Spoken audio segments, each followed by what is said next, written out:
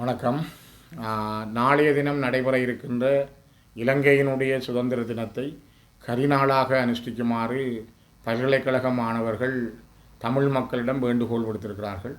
தமிழர்கள் ஒரு தேசமாக அவர்களுடைய நியாயபூர்வமான சுயநிர்ணய கோரிக்கையை மையமாக வைத்து 1948 ஆண்டிலே இலங்கை சுதந்திரம் பெற்றதாக சொல்லப்பட்டாலும் தமிழ் மக்களுக்கான சுதந்திரம் இதுவரை கிடைக்கவில்லை என்பதை அடையாளப்படுத்துவதற்கும் ஞாபகப்படுத்துவதற்குமான தங்களுடைய அந்த போராட்டத்தினுடைய வடிவத்தை பல்கலைக்கழக மாணவர்கள் மிக தெளிவாக முன்வைத்திருக்கிறார்கள்.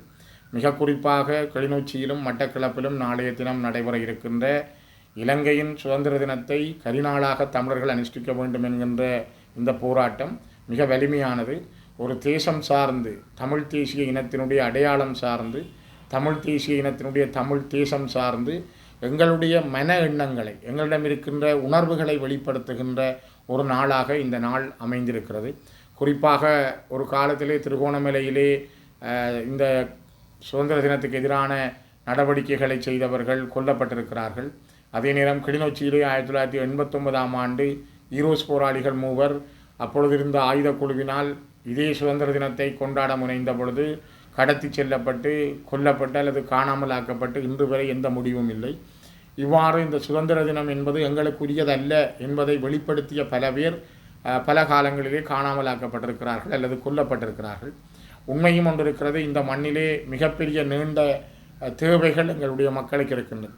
அரசாங்கங்கள் மாறி இருக்கலாம், ஆனால் தமிழ் மக்களுடைய அரசியல் உரிமைகள் தொடர்பில் எந்த அரசும் ஒரு தெளிவான கரிசனையை கொண்டிருக்கவில்லை. குறிப்பாக இப்பொழுது இருக்கின்ற அனுர அரசாங்கம் கூட தமிழ் மக்களுடைய காணிகளை விடுவித்தல், அரசியல் கைதிகளை விடுவித்தல், தமிழ் மக்களுக்கான நிரந்தரமான ஒரு அரசியல் தீர்வு பற்றி பேசுதல், மாகாண சபை தேர்தல்களை நடத்துதல், தமிழ் மக்களுக்குரிய அன்றாட பிரச்சனைகளை தீர்த்து வைப்பதில் அக்கறை செலுத்துதல் போன்ற விடயங்களில் எந்த கரிசனைகளையும் அவர்கள் காட்டவில்லை. தொடர்ச்சியாகவே அவர்கள் ஒரு கட்டமைக்கப்பட்ட இனரீதியான அழிப்பு நடவடிக்கையை மிக நூதனமான முறையில் மிகவும் அமைதியான முறையில் செய்து வருவதையே நாங்கள் அவதானிக்கிறோம். அதனால்தான் சுதந்திர தினம் என்பது இன்னும் அந்த இலங்கையினுடைய தேசிய கொடி இங்கே வாழுகின்ற பல்லின மக்களை, குறிப்பாக தமிழ் தேசிய மக்களை அந்த கொடிக்கு கீழே அது இன்னும் அரவணைக்கவில்லை. அந்த கொடியின் கீழ் நின்று நான் ஒரு இலங்கையன் என்று சொல்லுகின்ற எண்ணம் எந்த தமிழனுக்கும் இதுவரை ஏற்படவில்லை. அதனால்தான் இந்த போராட்டம் என்பது மிக மிக முக்கியத்துவம் வாய்ந்தது.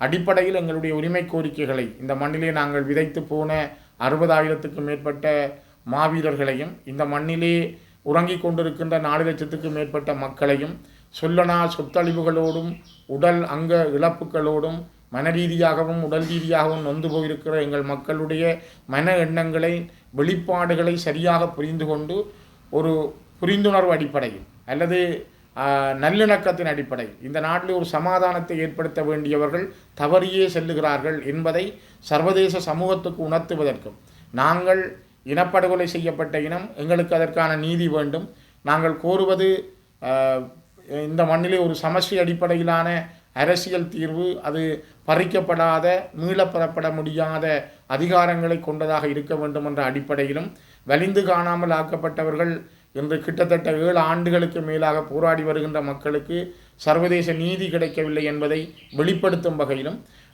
இன்னும் பல கோரிக்கைகளையும் முன்வைத்து நாளைய தினத்தை இலங்கையினுடைய சுதந்திரமாக அவர்கள் கொண்டாடினாலும் தமிழ் மக்கள் தங்களுக்கான ஒரு கரிநாளாக இதனை கொண்டாடுகின்றார்கள். ஆகவே இந்த போராட்ட ஒழுங்குகளை முன்னெடுத்திருக்கின்ற அனைத்து பல்கலைக்கழக தமிழ் மாணவர்களுடைய முயற்சிக்கும் அதனோடு இணைந்திருக்கின்ற சகல அமைப்புகளுடைய முயற்சிகளுக்கும் எங்களுடைய பூரணமான ஒத்துழைப்புகளை நாங்கள் வழங்குகின்றோம்.